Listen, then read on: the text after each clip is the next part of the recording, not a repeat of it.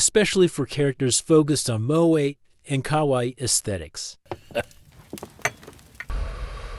It may seem ordinary to place Frieren in front of the tree, but if we let Frieren rest for a while, where do you think you would place her later? Maybe in this way?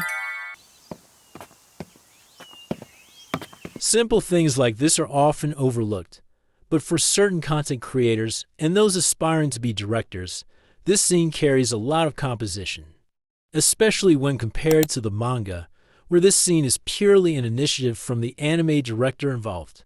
To create a sense of memory and nostalgia, the frame within a frame that used here actually enhances the composition between the elderly Himmel and the still young Frieren, evoking a feeling of loss and past memories shared between them. Not just frame within a frame.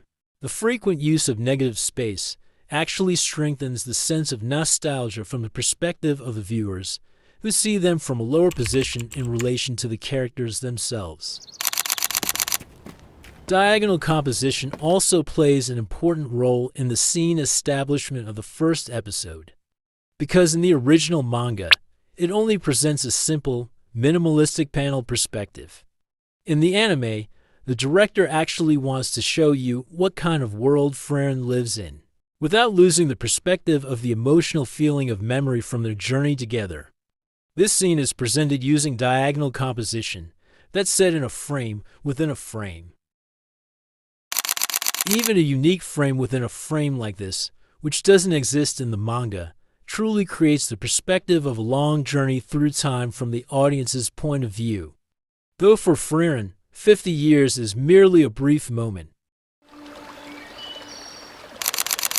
And the interesting scene that the producer wants to tell you is this diagonal composition and triangular composition. It gives the concept of a vast world beyond the boundaries for the elderly Himmel, and also acts as a flag for his final journey. 何もかもが新鮮で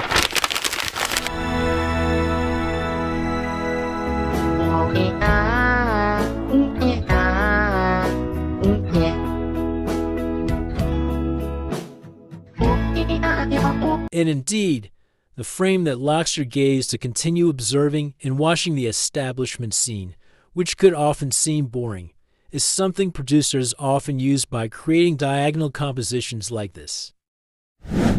Because for top-level producers, scene establishment isn't just about making a beautiful shot. It's about creating an immersive experience that hooks the audience. なんてもっと知ろうと思わなかったんだろう。 Even though it's expensive and requires more effort from animators. These techniques are used because diagonal compositions break the static nature of the frame, making it more dynamic and leading the eye smoothly through the scene. But how about frame within frame? An interesting example of frame within a frame can be seen in this scene. At first glance, it may seem ordinary to place Frieren in front of the tree. But if we let Frieren rest for a while, where do you think you would place her later? Maybe in this way? Now Frieren looks dominant.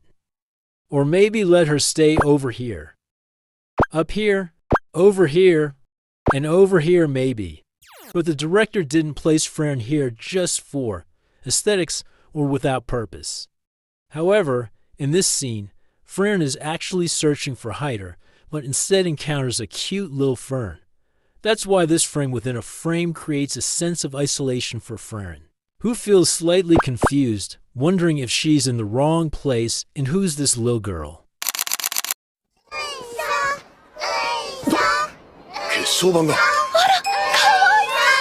Besides the frame within a frame in this scene, there's another technique built into this image, which is guiding the eye.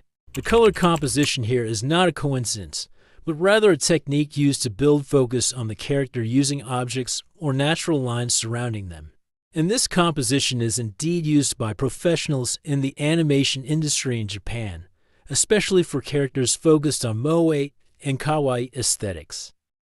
As a twist in the first episode, the appearance of Little Fern dominates the scene.